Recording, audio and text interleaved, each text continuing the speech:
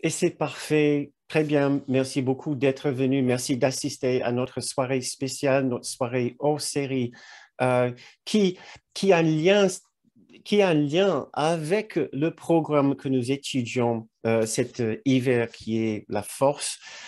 Mais voilà, aujourd'hui, c'est le jour de la Saint-Valentin. Donc, nous allons parler plus spécifiquement de ce que ça veut dire d'aimer, comment aimer, qu'est-ce que c'est d'aimer et quels sont littéralement les moyens ou le moyen d'aimer selon un cours miracle. Qu'est-ce que nous pouvons faire pour améliorer notre façon d'aimer une autre personne?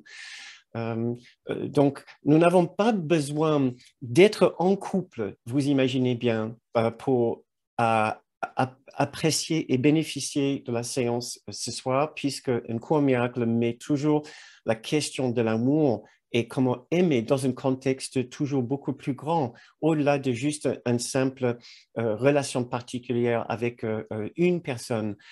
Néanmoins, c'est vrai qu'aujourd'hui, c'est le jour où nous avons l'habitude de fêter notre amour pour une personne en particulier. Donc, ce que nous allons faire, c'est d'utiliser cette idée-là comme le tremplin pour mieux comprendre ce que c'est d'aimer une autre personne.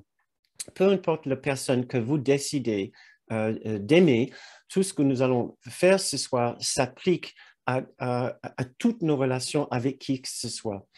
Donc, un cours miracle nous aide à comprendre qu'il n'y a aucun conflit avec le cours miracle, avec cette magnifique spiritualité entièrement non dualiste, il n'y a aucun conflit à aimer une personne en particulier ou à essayer d'avoir une relation avec une personne. Il y a des gens qui pensent que puisque un courant miracle essaie de nous faire évoluer nos relations particulières en ce qu'il appelle des relations, excusez-moi, ce que le courant appelle des relations saintes ou des relations justes, que les relations particulières sont mauvaises. Et or, ce n'est pas du tout le cas, presque au contraire. Presque, il faut entrer en relation, que ça soit en couple ou non, et toute la méthode du cours se base sur nos rapports avec les autres. Et voilà l'extrait que j'ai trouvé pour nous aider à comprendre que dans le cours, notre guide dans un cours miracle comprend bien que nous allons former des relations avec d'autres personnes. Voilà ce que j'ai trouvé dans le manuel d'enseignant, la troisième partie. Il parle de genre de situation d'enseignement avec d'autres personnes. Et ici, il parle du troisième genre de situation, ou le plus haut niveau de situation, où quand il dit le troisième niveau d'enseignement se produit dans des relations qui, une fois formées, durent toute la vie. Ce sont des situations d'enseignement-apprentissage dans lesquelles à chaque personne est donné un partenaire d'apprentissage choisi qui lui présentera un nombre illimité d'occasions d'apprendre. Donc, c'est juste pour ces personnes qui pensent que peut-être avoir une relation avec une personne n'est pas en accord avec le cours, ce n'est pas le cas. Mais par la même occasion, cela ne veut pas dire qu'on est obligé d'avoir non plus une relation particulière avec une personne pour atteindre l'objectif du cours. Ce passage pourrait suggérer ça, mais il ne veut certainement pas dire que si vous n'avez pas ce genre de relation très particulière ou avec une personne, avec un partenaire d'apprentissage, que vous ne pouvez pas atteindre l'objectif. Tout ce que nous avons à faire, c'est de nous entraîner avec les personnes dans notre entourage, même si nous ne les connaissons pas spécialement bien. Euh, donc, nous utilisons les relations dans un cours miracle, dans un objectif de guérir notre rapport avec eux, parce que retrouver l'amour au sein d'une autre personne est une façon de trouver l'amour tout court. Et par extension de ce principe de retrouver l'amour, de l'étendre à l'ensemble des hommes et des femmes et ainsi découvrir ou redécouvrir l'unité que nous sommes. Donc, il y a un principe ici que nous utilisons la méthode de guérison de notre esprit en nous focalisant sur nos relations, personne par personne, que ce soit avec la même personne, que ce soit avec plusieurs personnes.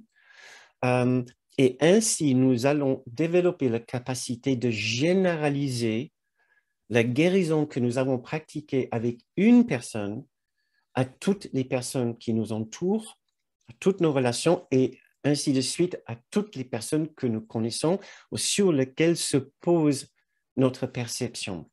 Et voilà quelques petits extraits à nous aider à comprendre cette idée de généralisation, à entrer en relation de guérison avec une personne qui va par la suite guérir l'ensemble de notre perception de toutes nos relations.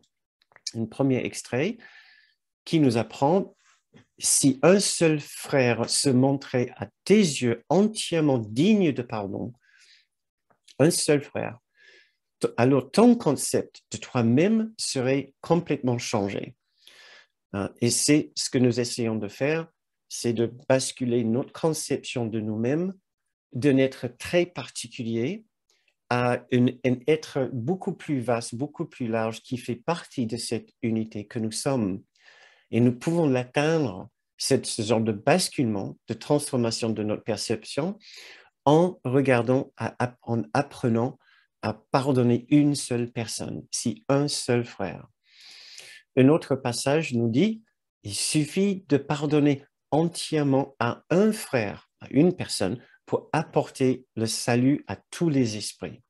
Nous allons voir si nous avons pu pardonner entièrement une personne que par généralisation, nous aurions pardonné, apporté le salut ou pardonné l'ensemble de tous les esprits. Et un troisième petit extrait: un frère et tous les frères, chaque esprit contient tous les esprits, car chaque esprit est un. Là, il nous donne une petite information pour nous aider. Cette information est sur la nature de nos relations avec d'autres personnes. Nous guérissons une personne, nous guérissons nos relations avec avec tout le monde. Pourquoi? Parce que toutes les erreurs de notre esprit, nous allons les projeter sur une personne de toute façon. Si nous arrivons à guérir, à transformer toutes nos projections sur une personne, nous aurions guéri notre façon de percevoir l'ensemble des personnes autour de nous. Nous aurions guéri notre besoin de projeter nos erreurs sur les autres. Et ceci, nous le faisons en apprenant à aimer une personne. Quelques constats avant de commencer le vrai sujet pour ce soir, qui est comment aimer. Tout d'abord, nous pouvons constater, je pense que vous l'avez probablement constaté, ce n'est pas si facile que ça d'aimer. D'aimer véritablement, d'aimer constamment, d'aimer avec tout l'amour que nous savons est possible pour nous. L'amour, simplement dit, n'est pas toujours là pour nous, n'est pas disponible dans notre esprit ou ne jaillit pas de notre esprit dans certaines situations.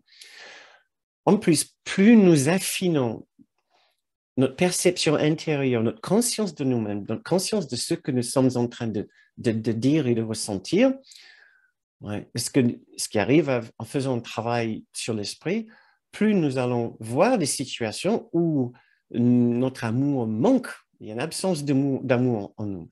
Plus nous allons constater qu'il n'y a pas que l'amour en nous. Non, des fois, il y a beaucoup d'irritation, même une grande absence d'amour. Donc, il faut d'abord le dire et le constater. Et nous pouvons nous poser la question: est-ce que nous aimons avec l'amour d'un grand guide spirituel tel qu'un Jésus, tel qu'un autre saint, tel qu'on peut imaginer l'amour du Saint-Esprit tel qu'on peut imaginer l'amour de Dieu. Jésus, notre guide dans un court miracle, nous offre son amour comme un exemple. Il est notre modèle. Si nous n'aimons pas encore comme lui, alors nous avons encore du travail, nous avons encore du progrès à faire. Et nous avons un bon guide, nous avons encore un bon modèle, et il est là pour nous aider. Selon le cours, nous devons réapprendre à aimer. Mais heureusement, cet amour, elle est là, inné, complètement inné en nous. Elle n'est jamais absente.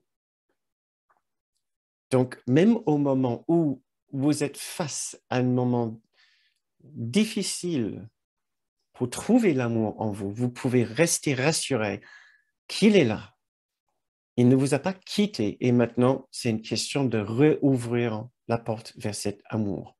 Donc, c'est une très bonne nouvelle que cet amour était une présence immuable dans l'esprit de chacun, puisque cet amour fait partie intégrante de l'unité que nous sommes, de l'esprit du Christ que nous sommes. Il est totalement impossible qu'il arrive quelque chose à cet amour qui l'anéantit, qui le détruit, qui le réduit. Il est toujours là, parfaitement et pleinement dans notre esprit à chaque instant. Il suffit maintenant que nous la retrouvions et justement, nous apprenons que puisque c'est une constante dans notre esprit, quand il y a une absence de cet amour dans notre expérience et dans notre perception, nous devons constater que ce n'est pas un problème avec l'amour lui-même, il y a un problème avec nous. Il se passe quelque chose en nous qui est une sorte de point de résistance ou un obstacle dans notre esprit. Et c'est notre objectif maintenant. C'est d'apprendre sur la nature de ce point de résistance en nous et d'essayer d'apprendre tout ce que nous pouvons sur nous et notre dynamique avec cette résistance, cette difficulté pour le dépasser, pour enfin trouver l'amour qui est toujours là en nous. Il y a 7 extraits du cours que vous connaissez sûrement, puisque nous l'avons déjà lu plusieurs fois, qui nous aident à comprendre ce que c'est exactement notre objectif ici avec l'amour. Ta tâche n'est pas de chercher l'amour, mais simplement de chercher et de trouver au-dedans de toi toutes les barrières que tu as bâties contre lui.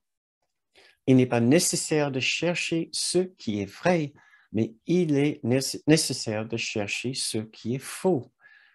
Donc voilà, nous allons essayer de constater ou de comprendre ce que c'est ces difficultés, ces résistances, ces barrières ce soir, mais nous allons aussi peut-être songer néanmoins sur ce que cela veut dire de chercher l'amour.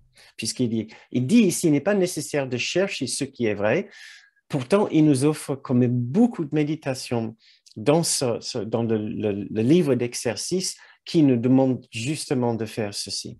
Donc, il n'y a aucun mal non plus à essayer de songer ce que c'est la nature de cet amour que nous cherchons. Mais encore 2 petits points et un petit exercice avant de commencer à découvrir ce que c'est le moyen d'aimer. Nous pouvons nous poser la question, qu'est-ce que nous cherchons à aimer? Qu'est-ce que nous cherchons à aimer chez l'autre? Et nous devons tout d'abord commencer par constater que nous ne cherchons pas à aimer l'ego de l'autre. Nous n'aimons pas chercher la partie de lui que nous pouvons appeler son esprit faux qui guide cette personne vers les bêtises, vers l'absence d'amour en lui, qui le guide de faire des choses qui manquent de gentillesse et de douceur, qui manquent de cohérence selon le principe de l'amour. Nous ne forçons pas à aimer les autres, à ce qu'ils font, ni à ce qu'ils pensent, ni à ce qu'ils disent. Ce n'est pas une question d'aimer le comportement ou la personnalité de quelqu'un. Tout ce que nous pouvons espérer à faire par rapport à cela, c'est de comprendre et apprécier la nature de l'ego de l'autre personne, mais c'est jamais une question d'aimer la personne telle que la personne se présente à nous. Nous apprenons à aimer autre chose chez la personne. Mais c'est ce que nous allons découvrir tout à l'heure. Mais juste pour enlever ce qui pouvait euh, se, euh, se manifester dans notre esprit comme une sorte de pression, puisque vous connaissez des personnes dont le comportement est vraiment difficile, vraiment odieux, vraiment ignoble, c'est certainement pas une question d'aimer cette personne avec ce comportement. Et ce n'est jamais une question non plus à essayer de se forcer à aimer quelqu'un qu'on trouve particulièrement difficile. Au contraire, nous essayons de commencer avec les personnes plus faciles et nous montons en difficulté par la suite. Nous voulons nous entraîner avec des personnes qui sont plus faciles, puis élargir ou faire évoluer notre pratique vers des personnes qui nous posent des difficultés de plus en plus grandes. Comme ça, nous allons gagner en confiance dans notre capacité d'aimer et gagner aussi en confiance dans le ressenti, ce que c'est d'aimer et de dépasser nos points de résistance. Aimer, ce n'est pas se focaliser sur la relation particulière avec une autre personne dans le sens de la dépendance. Quand nous parlons de la relation particulière dans une cour miracle que nous essayons d'éviter ou nous essayons de faire évoluer, c'est la partie qui nous... C'est le rapport de dépendance que nous entretenons avec l'autre personne. Et en particulier, bien sûr, la dépendance mentale, la dépendance émotionnelle avec l'autre personne. C'est cette partie-là que nous essayons d'évoluer. Donc, ce n'est pas aimer, ce n'est pas renforcer notre dépendance d'une autre personne à dire je te choisis comme partenaire d'apprentissage, je veux t'aimer avec tout mon cœur et toute mon âme. Il faut juste essayer de nuancer le tableau et savoir quand vous commencez à vous servir de cet objectif d'apprendre à aimer, mais plutôt guidé par l'ego qui voudrait renforcer notre dépendance émotionnelle sur une personne. La démarche d'une cour miracle est exactement l'inverse. C'est le fait de vous ramener, de vous faire retourner vers votre refuge intérieur, votre sanctuaire intérieur, où vous allez trouver, vous, tout l'amour qui existe d'abord pour vous-même. Vous allez retrouver votre force intérieure. Vous allez pouvoir aimer l'autre personne plus dans le sens d'avoir moins besoin de l'autre personne et donc moins besoin de contrôler l'autre personne, moins besoin de juger l'autre personne. Quand je dis contrôler l'autre personne, c'est très souvent très subtil notre façon de manipuler, de contrôler l'autre, qui passe souvent par nos besoins, nos envies et nos préférences qui commencent à passer pour des besoins. Si nos besoins ne sont pas satisfaits, ça commence à un point de friction avec l'autre, un point de non-acceptation, non-appréciation de l'autre personne, voire un point de frustration, irritation et colère avec l'autre personne. L'autre façon de manipuler subtilement dans nos relations avec les autres, c'est par notre souffrance. Mais nous allons en parler tout à l'heure. Si nous souffrons et nous montrons notre souffrance, ou même si nous ne le montrons pas, c'est aussi une façon de vouloir garder notre relation avec cette personne dans le cadre d'une relation particulière de dépendance. C'est précisément ce que nous essayons de faire évoluer en dehors de ce cadre-là. Mais nous allons en parler dans 3-4 minutes maintenant quand nous parlons justement de la façon, la véritable façon authentique et sincère d'aimer selon un cours miracle.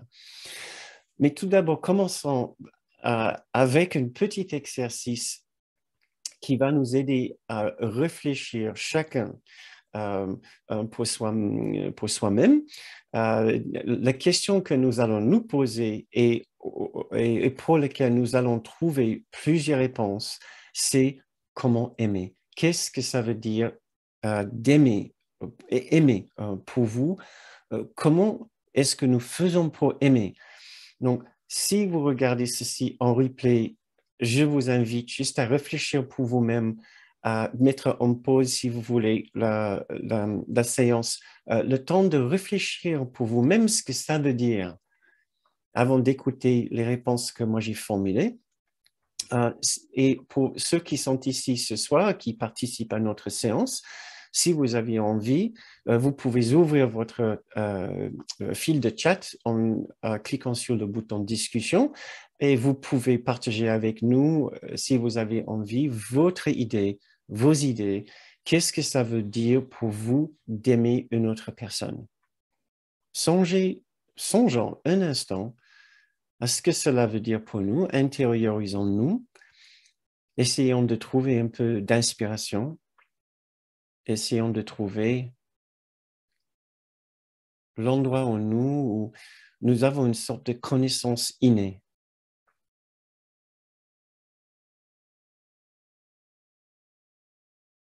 Qu'est-ce que cela veut dire pour nous d'aimer? Pensez à notre personne s'il le faut, si ça vous aide. Qu'est-ce que ça veut dire pour vous d'aimer cette personne? Comment l'aimer? Qu'est-ce que vous faites pour l'aimer?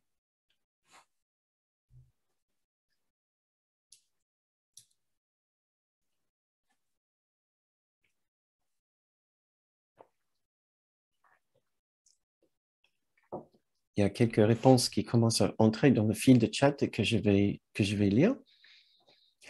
Aimer, c'est être tendre, doux, patient, désintéressé. Le premier mot qui vient à l'esprit de notre personne, c'est partager. Encore un autre, c'est plus d'exigence ni de pression, une contemplation pleine de douceur. Une autre personne, je vais lire les commentaires comme ça, d'affilée. Ouvrir notre cœur à l'autre. Et si vous n'êtes pas en train d'écrire ou si vous regardez ceci en replay, vous pouvez juste fermer les yeux si vous le souhaitez et d'essayer d'intérioriser ces messages. de laisser ces messages faire leur effet sur vous. Parce qu'il y a du bon dans chacun de ces commentaires. Ouvrir notre cœur à l'autre. Apprécier les qualités de l'autre. Se joindre avec l'autre. Voir sa lumière derrière les apparences. Lui sourire de tout cœur d'un regard complice. Voir la beauté du cœur en chacun. C'est aussi se mettre au service de l'autre. La voir avec mon grand soi. C'est accepter l'autre tel qu'il est. Je l'aime tel qu'elle est sans condition. Avoir de la compassion. L'accompagner vers Jésus. Lâcher prise des attentes et donner toute liberté à l'autre d'être différent. Je continue à lire vos suggestions. Remercier de voir l'autre se réaliser. Accepter l'autre comme il est avec ses défauts et ses qualités. C'est de se sentir dans la joie en sa présence. Cajoler ses blessures. L'acceptation pleine, c'est pardonner. Accepter la personne telle qu'elle est et la voir comme égale à moi. Ne plus chercher à avoir raison à tout prix. Privilégier la relation. Donner avec la plus grande douceur, sans attendre quoi que ce soit en retour, inconditionnellement. Se reconnaître en l'autre. Être à l'écoute avec le cœur. Le voir de mon soi, mon grand soi à son grand soi. Savoir apprécier l'autre complètement. C'est faire passer le bonheur de l'autre en premier et nous réjouir de voir l'autre heureux. Avoir de petites attentions. C'est très beau, c'est très joli Merci pour toutes vos suggestions. Prenons un instant de juste intégrer toutes vos merveilleuses idées.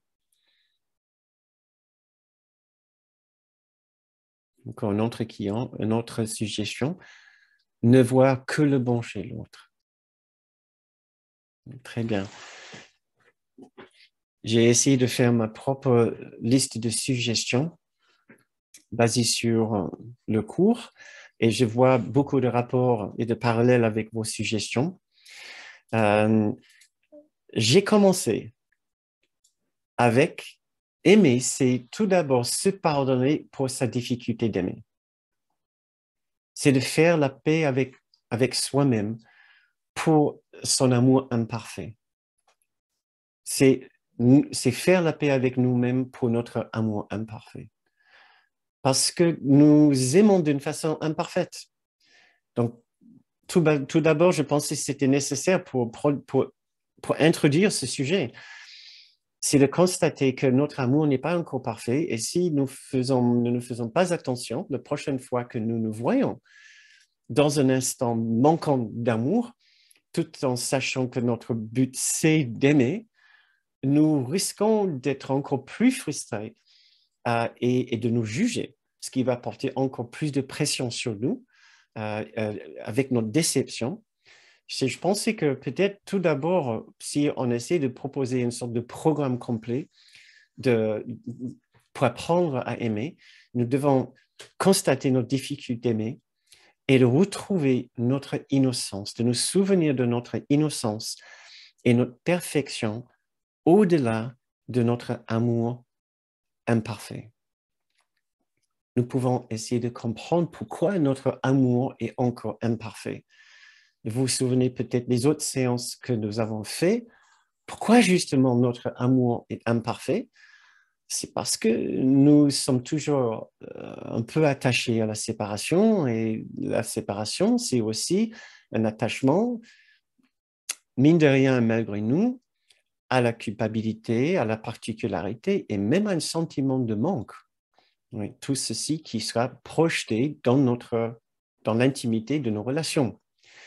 Donc, notre résistance ici, notre difficulté d'aimer l'autre ne vient pas juste de l'autre qui est imparfait, bien sûr, mais c'est notre attachement à notre ego, à notre esprit faux, à nos difficultés, à nos problèmes de résistance. L'autre raison pour nos difficultés, c'est que nous avons du mal à aimer par peur de l'amour qui aime totalement. Donc, c'est juste pour comprendre tout d'abord que là où nous commençons, c'est avec un amour imparfait pour lequel nous voulons nous détendre. Nous voulons savoir qu'il y a du pardon et de l'innocence qui nous sont offerts pour préalablement, en amont même de notre tentative d'aimer. Et donc, je vous invite juste ce que j'ai envie de faire, c'est avec chaque suggestion pour comment aider.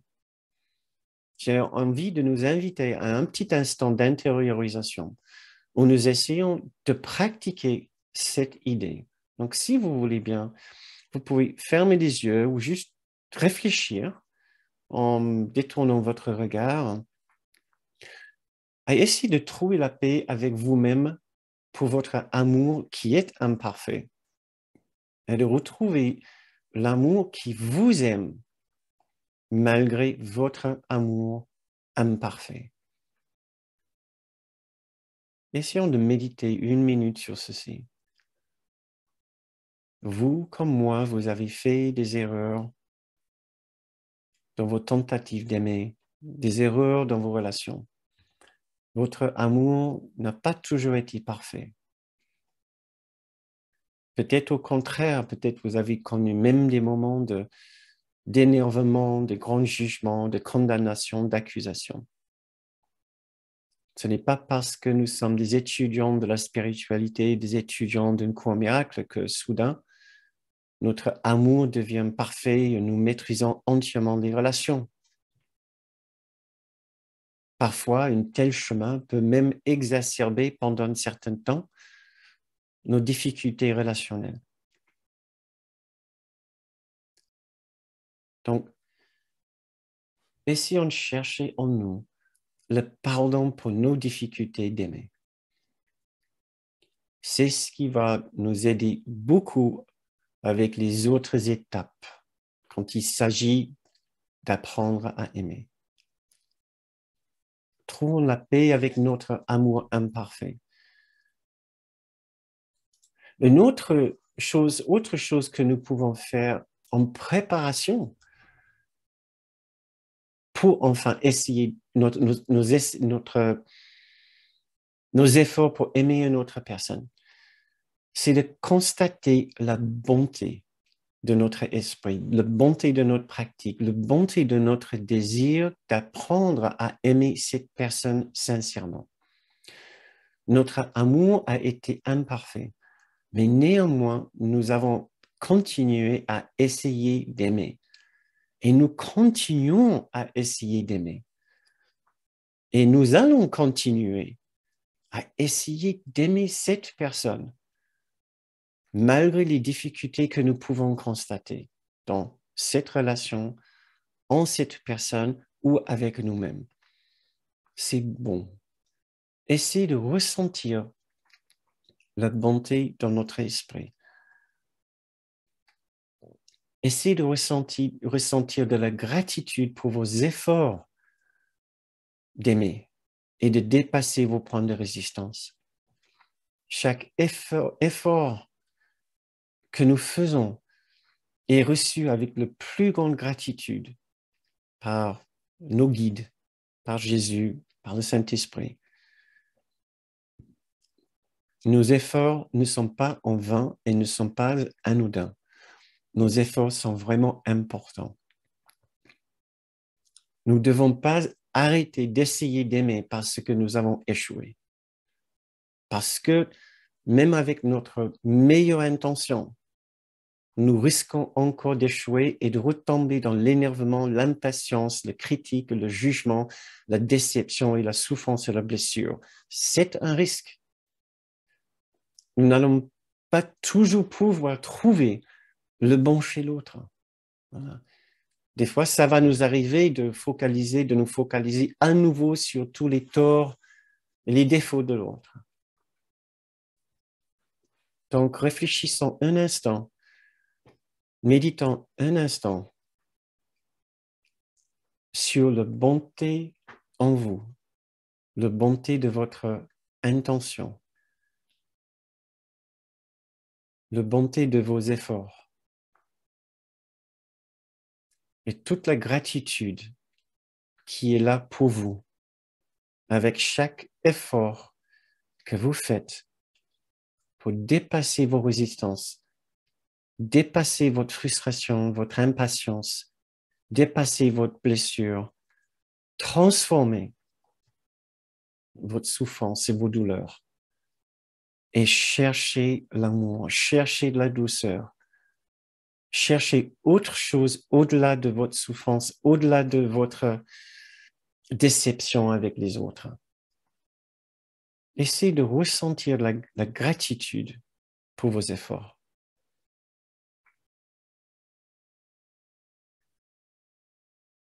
Pour que ces séances aient vraiment le plus grand effet bénéfique pour nous, nous devons aller du mental au cœur. Cela veut dire que nous devons essayer immédiatement à pratiquer ces idées.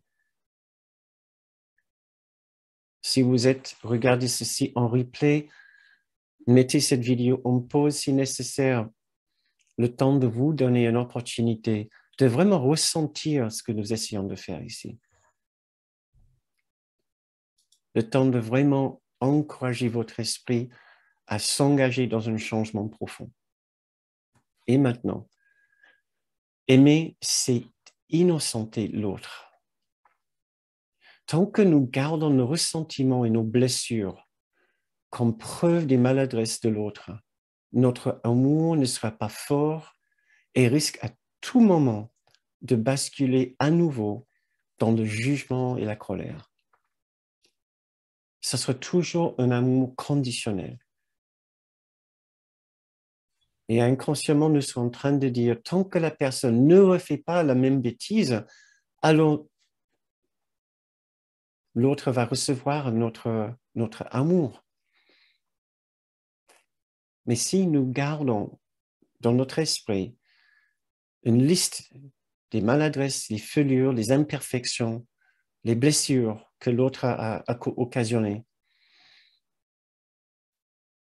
alors notre amour ne sera pas pur, ne sera pas fort. Donc, aimer, c'est pardonner. Aimer, c'est innocenter. Le rôle du pardon, tout l'objectif du pardon, c'est de nous aider à retrouver l'innocence de l'autre.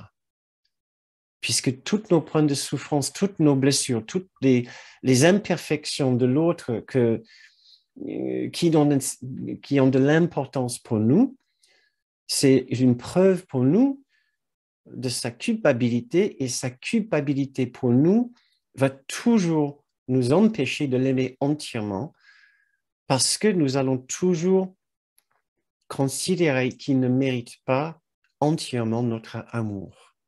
Si nous avons le moindre doute par rapport à sa dignité, son mérite d'être aimé, nous allons retenir notre amour pour cette personne.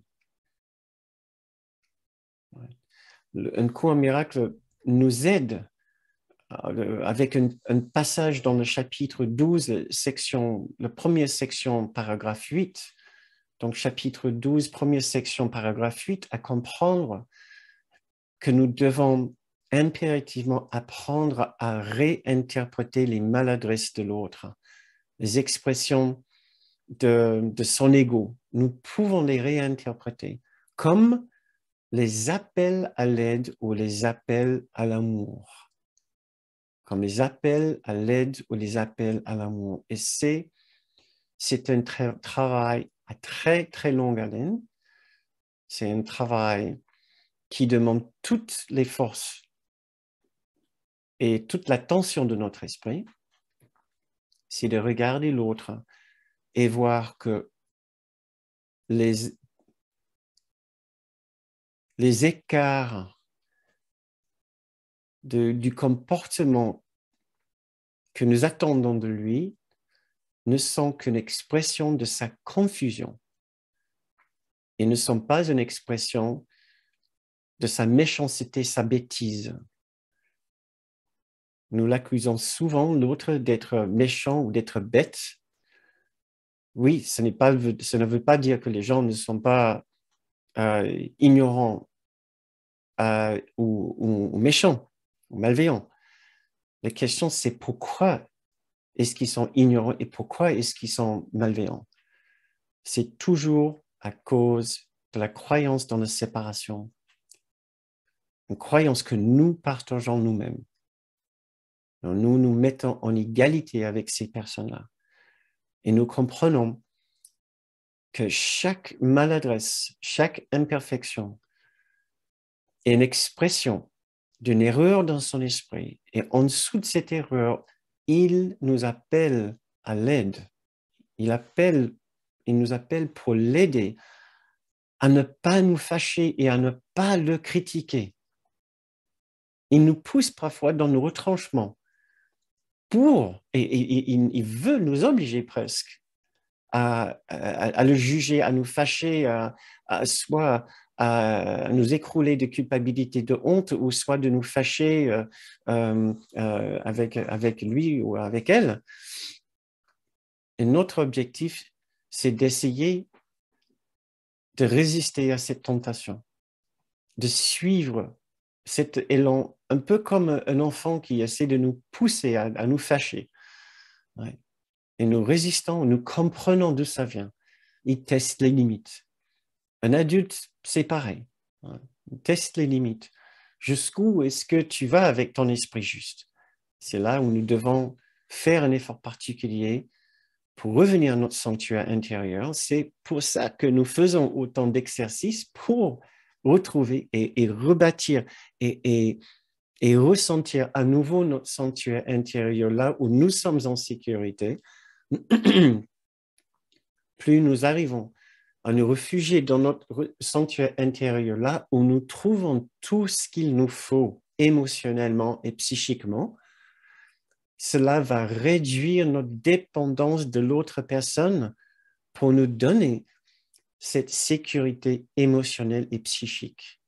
C'est pour ça que nous avons besoin de ces plages de temps et de pratiques, de nous retrouver dans notre refuge intérieur, dans notre sanctuaire intérieur, à faire nos méditations, à faire nos leçons.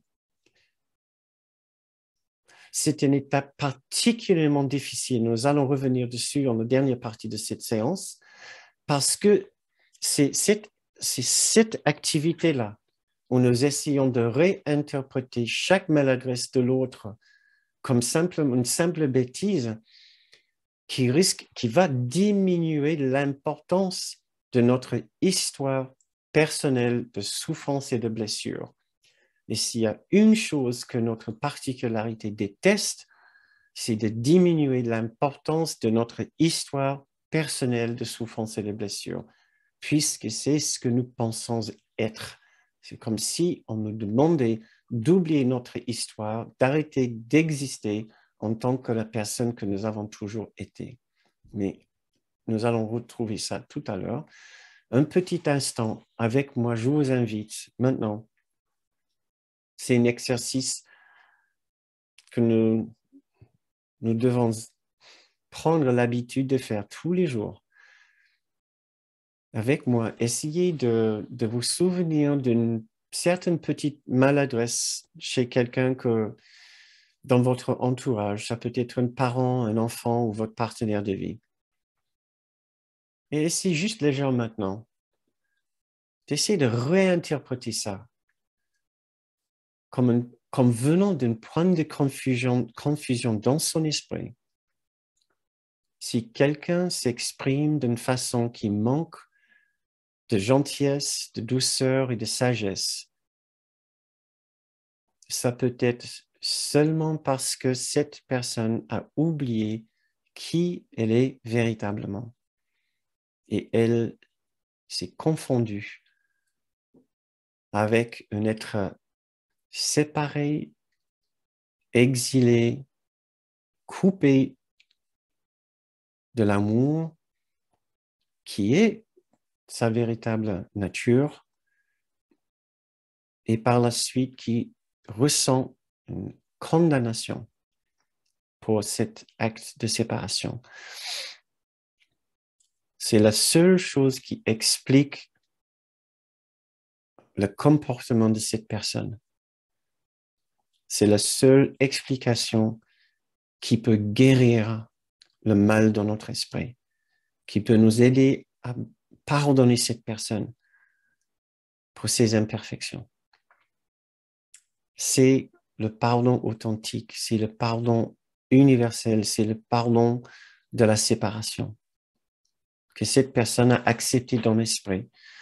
Et c'est exactement ce que nous avons aussi fait. Pour continuer maintenant, comment aimer? Nous répondons toujours à cette question.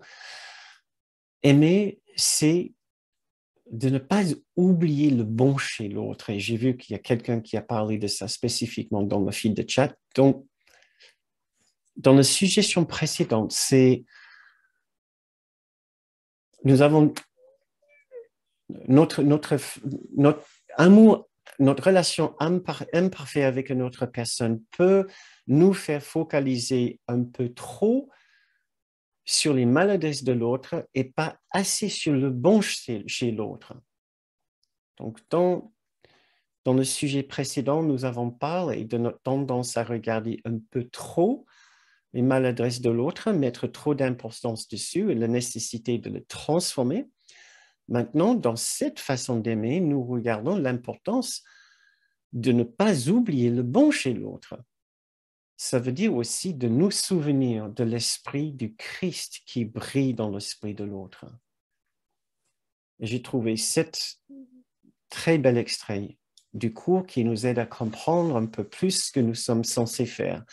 Sur le plan des concepts, c'est ainsi que tu vois plus en lui, en l'autre personne, que juste un corps, car le bon n'est jamais ce que le corps semble être. Les actions du corps sont perçues comme venant de la partie plus basse de toi, et donc de lui aussi. En te concentrant sur le bon en lui, le corps devient de moins en moins persistant à tes yeux. Et à la longue, il n'est plus vu comme étant beaucoup plus qu'une ombre tournant autour du bon. Je trouve ce passage remarquable. Il nous dit qu'à force de nous concentrer sur le bon en lui, donc l'esprit du Christ et toutes les belles pensées que cette personne a eues, chaque fois que la personne a été dans son esprit juste et il s'est comporté d'une façon complètement altruiste, complètement non égoïste, en nous souvenant que de ceci, en nous rappelant que cette personne contient ce magnifique esprit du Christ, de son grand soi, le même esprit que celui de Jésus, son corps et sa personnalité, par la même occasion, va devenir de moins en moins persistant à nos yeux. Et nous allons voir autre chose apparaître, notre conscience va reposer, va se poser sur autre chose chez lui, et nous allons juste le long, il n'est plus vu, le corps n'est plus vu comme étant beaucoup plus qu'une ombre tournant autour du bon. Voilà. Nous allons nous focaliser entièrement sur le bon en lui. Maintenant, la dernière suggestion que j'ai préparée, du moins pour cette soirée, en préparant ce sujet aujourd'hui, je me suis rendu compte que c'est un sujet énorme. Ce serait très difficile de le présenter dans un espace de temps aussi court qu'une heure, un peu moins d'une heure. Donc voilà ma dernière suggestion ici. Aimer, c'est arrêter de souffrir. Aimer, c'est arrêter de souffrir. Et c'est montrer la paix. C'est d'être heureux. Et le cours est assez formel par rapport à ceci. Le cours ne va jamais nous dire que c'est un péché, que c'est mauvais de souffrir. Souffrir, ça fait partie de la vie ici. Mais il nous dit très clairement que chaque fois que nous acceptons de souffrir, puisqu'il le met dans ce contexte-là, puisque la paix et l'amour sont des constantes dans notre esprit, si nous ne les ressentons plus, si nous souffrons, c'est parce que nous nous sommes permis de souffrir. Nous avons fermé la porte à l'amour et la paix en nous, et le bien-être en nous, au bonheur en nous. Nous avons acquiescé aux demandes de l'ego de souffrir et par la suite de montrer notre souffrance aux autres, parce que notre souffrance est toujours accusatrice, est toujours une façon d'accuser les autres et dire mais regardez ce qui se passe, regardez comme vous vous comportez de cette façon. Voilà. Nous devons faire attention à notre façon de vivre notre souffrance et de montrer notre souffrance. Si nous voulons vraiment aimer, ouais, c'est par notre joie, notre bonheur et la transformation de notre souffrance que nous allons pouvoir vraiment entourer l'autre de notre amour et de partager notre bonheur avec l'autre. Mais ce qui ne devrait pas nous mettre la pression pour arrêter de souffrir soudain. Voilà, ça c'est aussi important au cas où.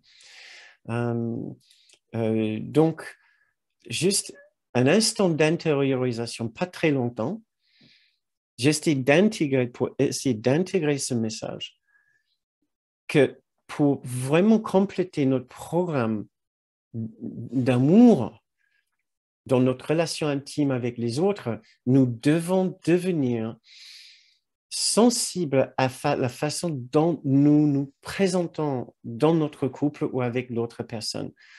Et nous devons être particulièrement attentifs à je ne vais pas dire exagération de notre souffrance, mais nous devons être attentifs à aussi vouloir nous présenter d'une façon heureuse, mais pas faussement.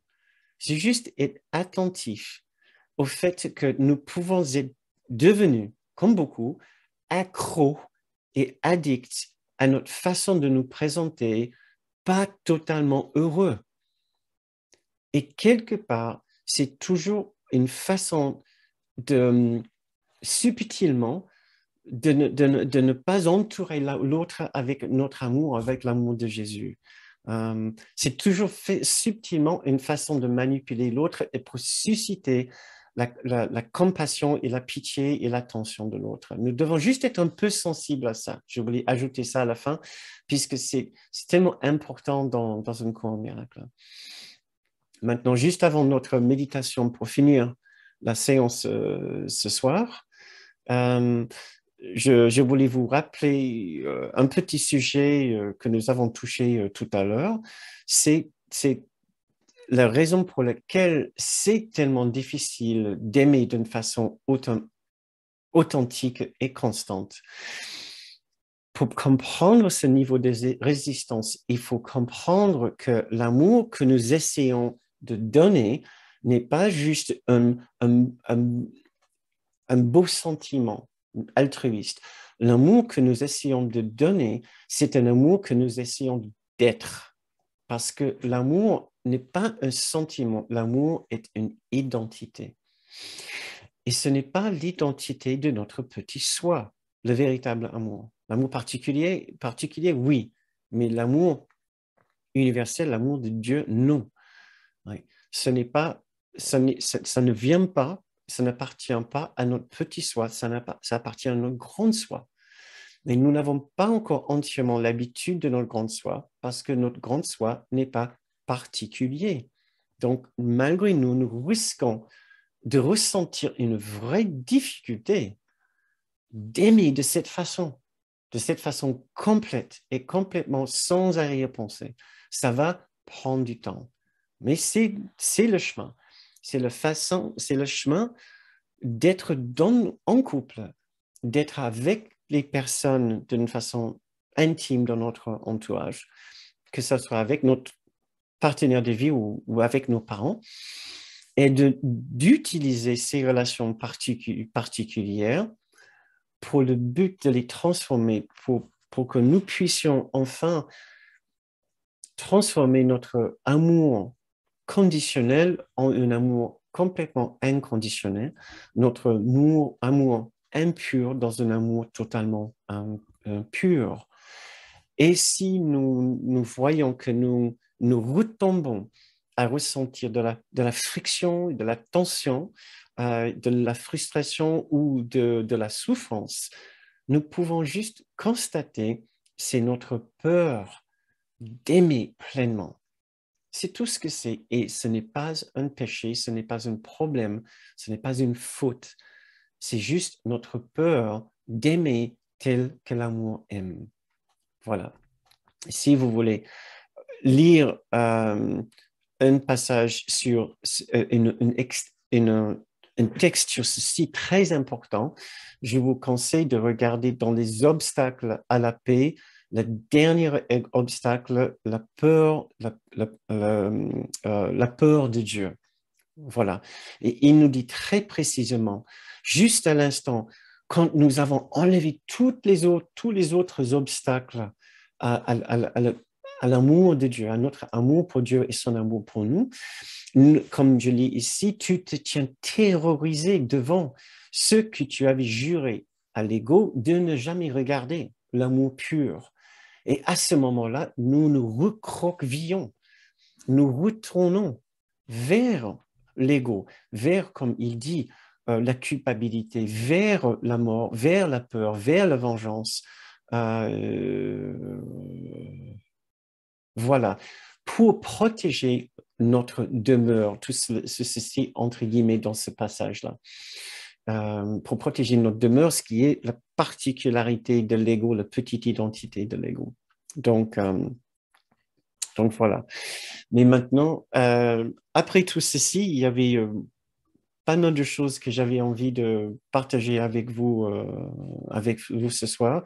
Maintenant, je voudrais vous inviter à une méditation euh, euh, pendant quelques minutes, juste le temps de nous poser avec tout ceci, euh, inviter nos esprits à se calmer et faire un tour de ce que nous avons fait et surtout essayer de ressentir dans notre cœur l'envie de mettre tout ceci en pratique.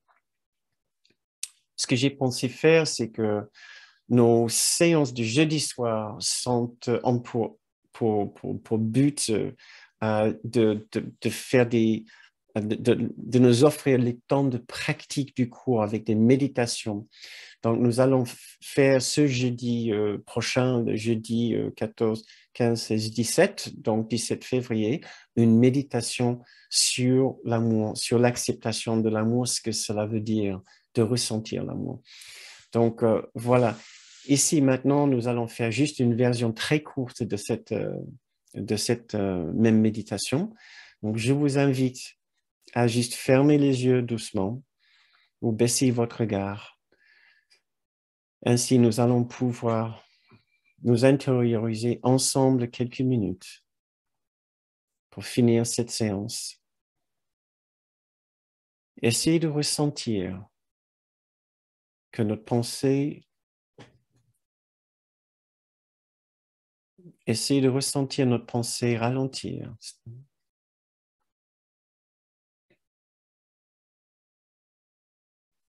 Essayez d'écouter votre respiration. Et en écoutant votre respiration, essayez de vous souvenir que aussi présente que votre respiration,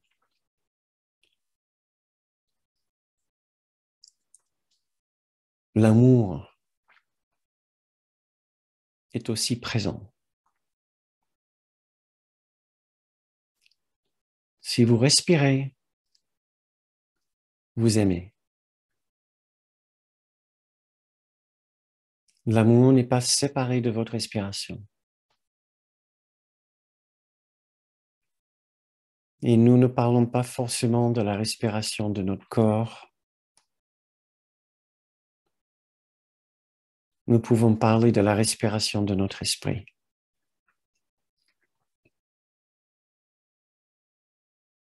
L'oxygène dans notre esprit et l'amour de Dieu.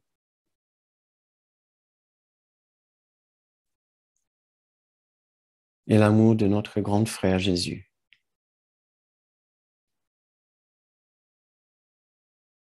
Nous ne sommes jamais seuls dans notre esprit.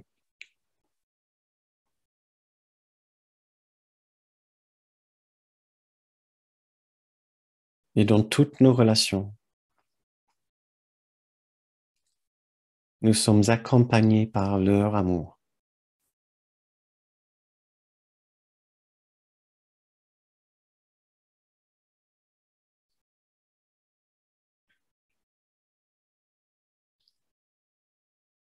Si jamais nous doutons de notre capacité d'aimer, nous n'avons qu'à nous souvenir de leur amour pour nous.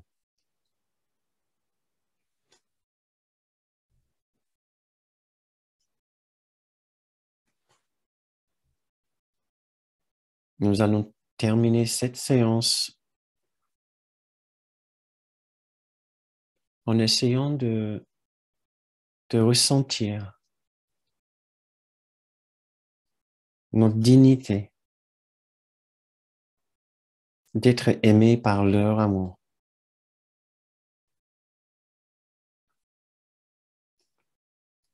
Ils apprécient tellement tous nos efforts d'aimer. Ils se souviennent de chacun de nos efforts.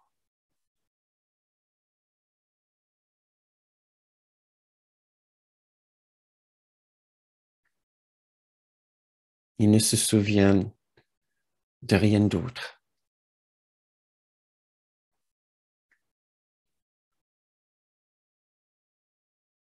Offrez-vous quelques instants d'acceptation de leur amour, ce même amour que nous essayons d'offrir à notre partenaire,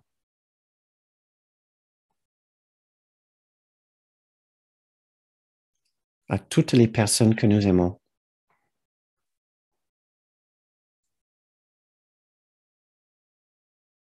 Et plus largement à toutes les personnes auxquelles nous pensons.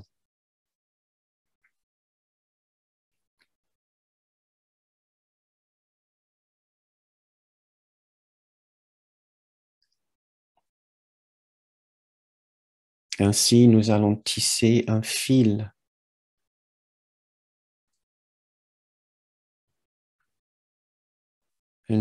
d'or qui nous relie de chaque personne vers cet amour qui est notre source.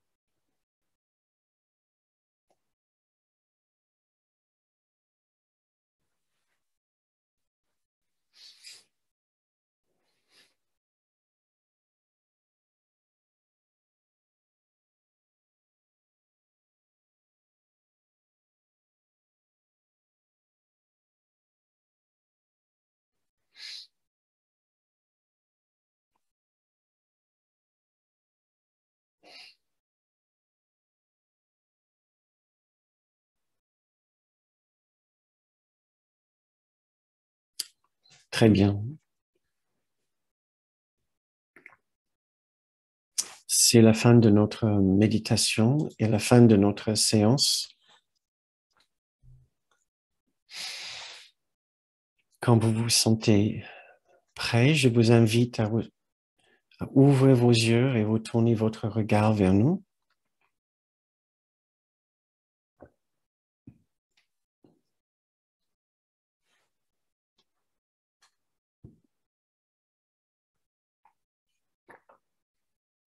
Merci pour votre participation ce soir. Si vous devez partir, nous vous invitons à revenir quand vous voulez.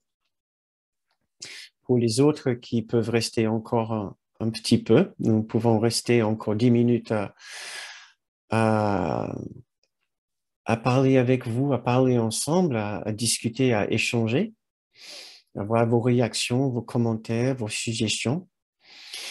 Vous vous souvenez peut-être que l'existence et la continuité de ces séances dépend d'une sorte de collaboration entre nous. Donc, d'un côté, nous sommes très heureux d'offrir et d'organiser ces séances et organiser les newsletters, les rappels et aussi produire les vidéos. Et de l'autre côté, nous espérons que vous serez heureux aussi de participer comme vous le pouvez en nous offrant votre soutien financier dans cette partenariat assez particulier, cette façon de travailler qui est sur la base d'une contribution libre. Vous contribuez le montant que vous estimez qui correspondent aux bienfaits de ces séances pour vous aussi selon votre présence ici, votre travail avec les vidéos, etc. Donc, encore merci de tout cœur pour votre aide. C'est uniquement grâce à vous que nous avons pu continuer déjà 2 ans. Nous allons bientôt entamer notre 3e année de séance. Vous pouvez faire votre contribution en allant sur le site bernardgroom.com où vous allez voir l'onglet Contribuer. Encore merci d'avance. Maintenant, j'ouvre alors vos micros. Avec qui est-ce que j'ai envie de dire bonjour? Ah, je vois Inès. D'accord, cool. Oui, Inès. bonsoir. Merci beaucoup pour la séance, super. Moi, j'étais un peu interpellée par cette question. Enfin, déjà, je trouvais ça très intéressant de dire, voilà, on est heureux et on le montre aux autres et c'est une preuve d'amour, en fait, que de distribuer notre bonheur. Enfin, voilà, je l'ai un peu interprété comme ça. Et tu faisais un peu la nuance en disant, voilà, il faut pas chercher à ne plus souffrir et en même temps, il faut quand même chercher à être heureux. Tu pourrais préciser un tout petit peu ça, s'il te plaît? Mm, oui. Ce que je voulais dire par ça, c'est qu'il ne faut pas... Si je dis il faut faire ça peut être très facilement mal interprété par quelqu'un ou interprété par l'ego. Si je dis notre souffrance est une façon de vouloir culpabiliser et manipuler l'autre personne, l'ego, il aimerait bien nous faire souffrir encore plus pour ça. Soit il va nous culpabiliser beaucoup, soit il va vouloir on écrase, qu'on étouffe, qu'on refoule notre souffrance. Donc, je ne voulais pas que cette idée-là nous mette plus de la pression, de Mm. nous comporter d'une façon comme si nous ne souffrons pas. C'était pour dire ça, que voilà, et c'est pas une question de se forcer à ne pas souffrir, hein, mais juste une suggestion de devenir conscient de la façon dont nous nous présentons à notre partenaire ou à nos parents. Parce que ça, c'est aussi très, très commun que nous nous présentons à nos parents d'une façon pas tout à fait toujours aussi heureux, un peu comme si, un peu comme là, oui, tu sais, maman, oui, papa, bah, la vie est dure, la vie est Mhm. difficile.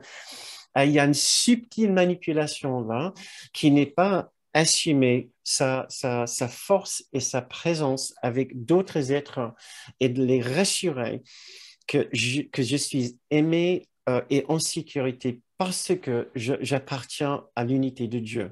Voilà. C'est que non, j'ai besoin de vous, j'ai besoin de votre aide, je vous valorise, j'ai besoin de votre gentillesse, j'ai besoin de votre attention, j'ai besoin d'être votre enfant. Le fait que je suis votre enfant comble mon besoin d'être d'être aimé, mes besoins émotionnels. Et donc, heureusement, je n'ai pas besoin de chercher en Dieu Mm. pour combler mes besoins émotionnels. Donc, il y a beaucoup de jeux très subtils que nous faisons avec la souffrance dans nos relations intimes. Donc, c'est un énorme sujet que j'ai essayé juste de donner mini sujet sur ça, mini topo sur ça ce soir. Inès, je pense que tu te souviens peut-être, on a aussi traité ce sujet de la souffrance très longuement avec les 7 bonnes raisons de souffrir. Tu étais Oui, là oui, oui. peut-être? Ouais. Mm. Donc, la souffrance est un énorme sujet. Il y a 7 raisons pour lesquelles nous pouvons penser que c'est bien de Mm. souffrir. Alors, c'est énorme, mais c'est juste pour être conscient de la façon dont nous présentons dans une relation par rapport à cette question de bonheur, de malheur, de ne pas prendre gratuitement le, comment l'autre est avec nous. Parce que c'est très subtil, même malgré nous, je veux dire, personne ne veut souffrir vraiment consciemment. Ouais, personne ne veut vraiment souffrir consciemment. Donc, c'est très inconscient. Ouais. Euh, Mm. mais justement, tout le but, tout le pratique et la guérison d'un court miracle, c'est de devenir conscient de ce que nous sommes en train de faire et croire la face, inconsciemment. Mm. Mm. Ouais. Donc, je ne sais pas si ça t'aide. C'est juste pour commencer très légèrement à devenir conscient.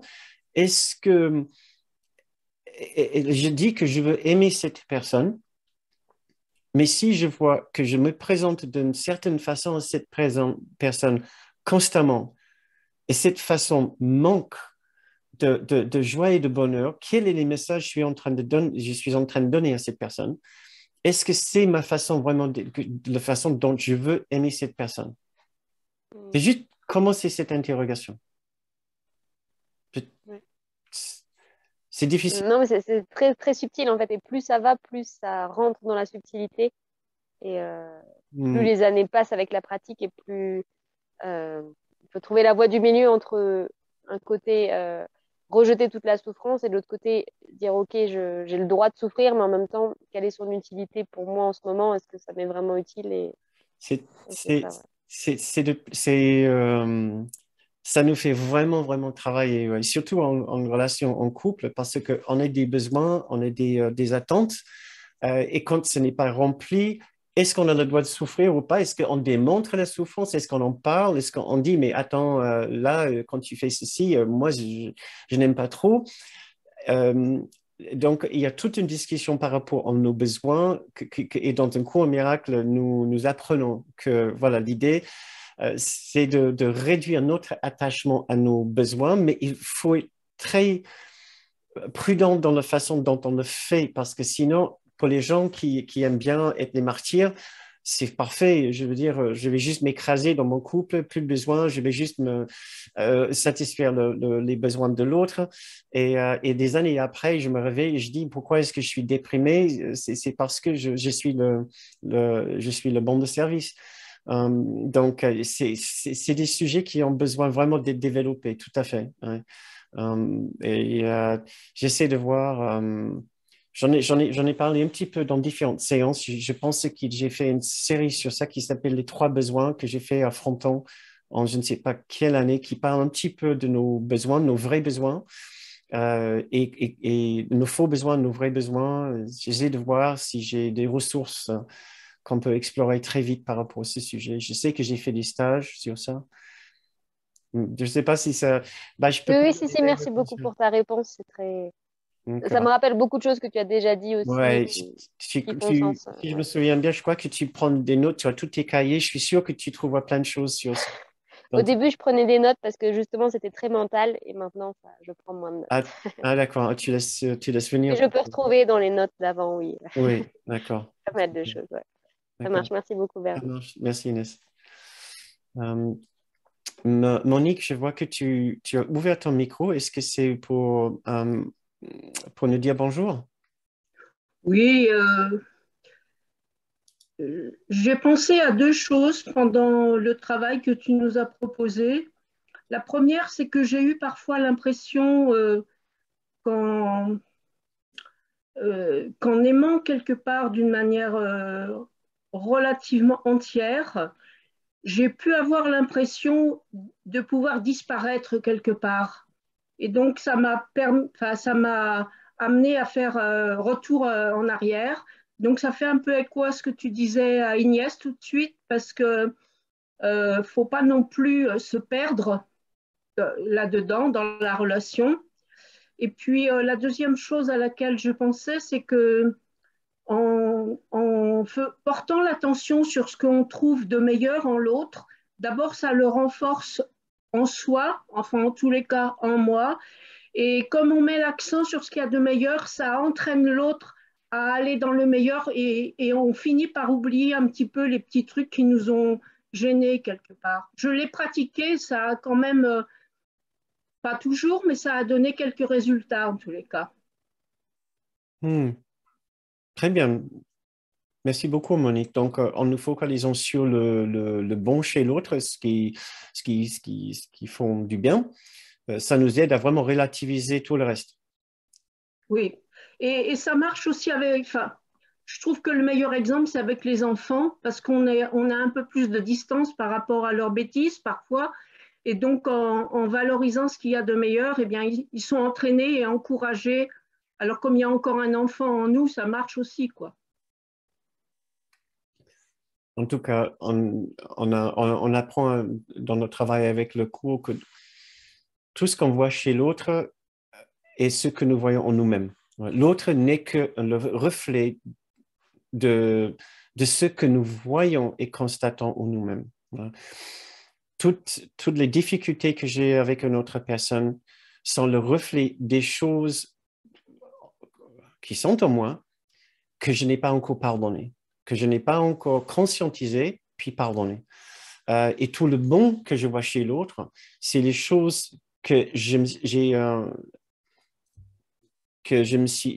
accepté de constater en moi. Voilà. Et ça, c'est merveilleux. Ouais. Donc, c'est pour ça qu'en fait, les relations dans une cour miracle sont tellement importantes. C'est la façon dont on marche ce chemin spirituel. C'est dans nos relations. Merci beaucoup, Monique. Merci. Mm. Euh, OK, mes chers amis, s'il n'y a pas d'autres questions, je vois que c'est assez calme ce soir. Nous pouvons peut-être terminer la séance aussi un petit peu plus tôt. Euh, et, euh, et garder, sinon, si vous avez d'autres questions, nous pouvons aussi les garder pour la prochaine séance qui est jeudi, lors de laquelle nous allons faire une vraie méditation sur ce que ça veut dire d'essayer d'aimer et de ressentir cet amour. Donc, ce soir, c'était plutôt le côté enseignement et jeudi sera réservé pour le ressenti et l'expérience. Donc, si vous êtes libre, ça sera avec le plus grande joie qu'on vous accueille jeudi prochain. Mais écoutez, terminons notre séance du Saint-Valentin. Branchons nos micros et mettons-nous en galerie pour voir tous nos jolis visages. Comme ça, nous pouvons nous dire au revoir et nous souhaiter tout l'amour du cœur Oui. pour cette semaine.